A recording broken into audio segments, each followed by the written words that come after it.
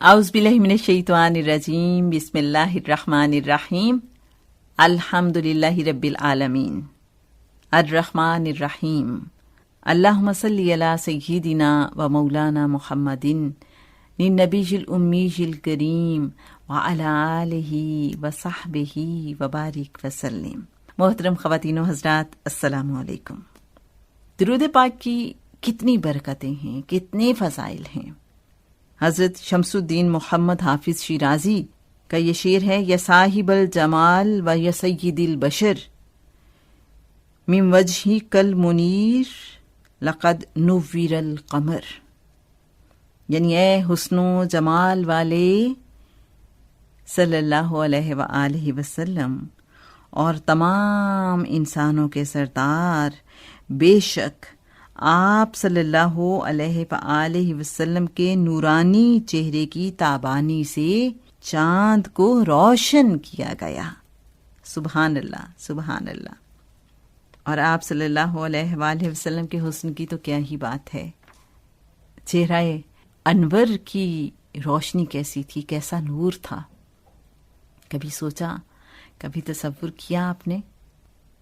شاید ہم تو تصور بھی نہیں کر سکتے، اتنی روشنی تھی آپ صلی اللہ علیہ وآلہ وسلم کے چہرہ انور پر۔ ام المومنین حضرت عائشہ صدیقہ رضی اللہ تعالی عنہا سحری کے وقت کچھ سی رہی تھی کہ اچانک سوئی گر گئی اور چراغ بھی بجھ گیا۔ اتنے میں رحمت دو عالم صلی اللہ علیہ وآلہ وسلم تشریف لے آئے۔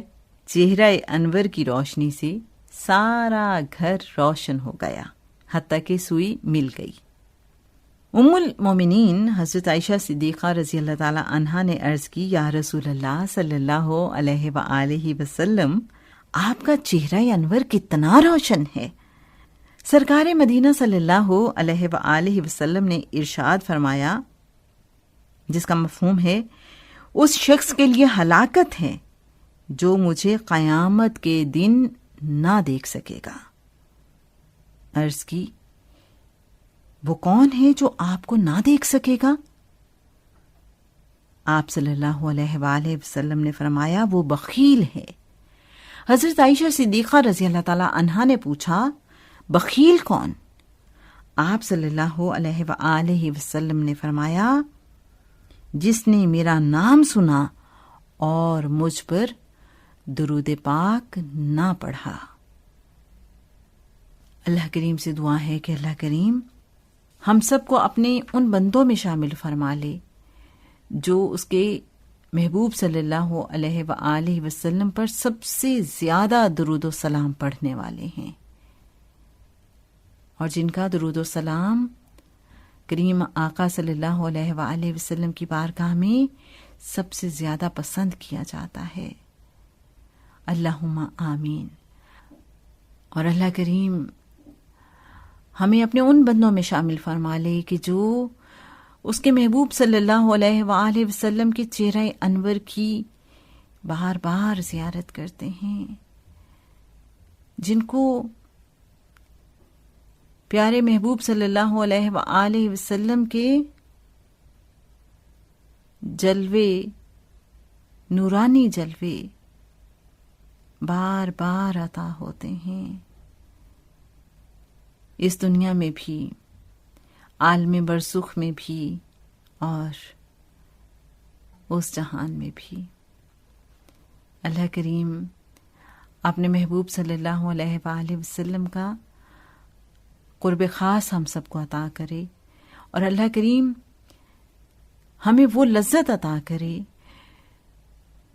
جو اللہ کریم کے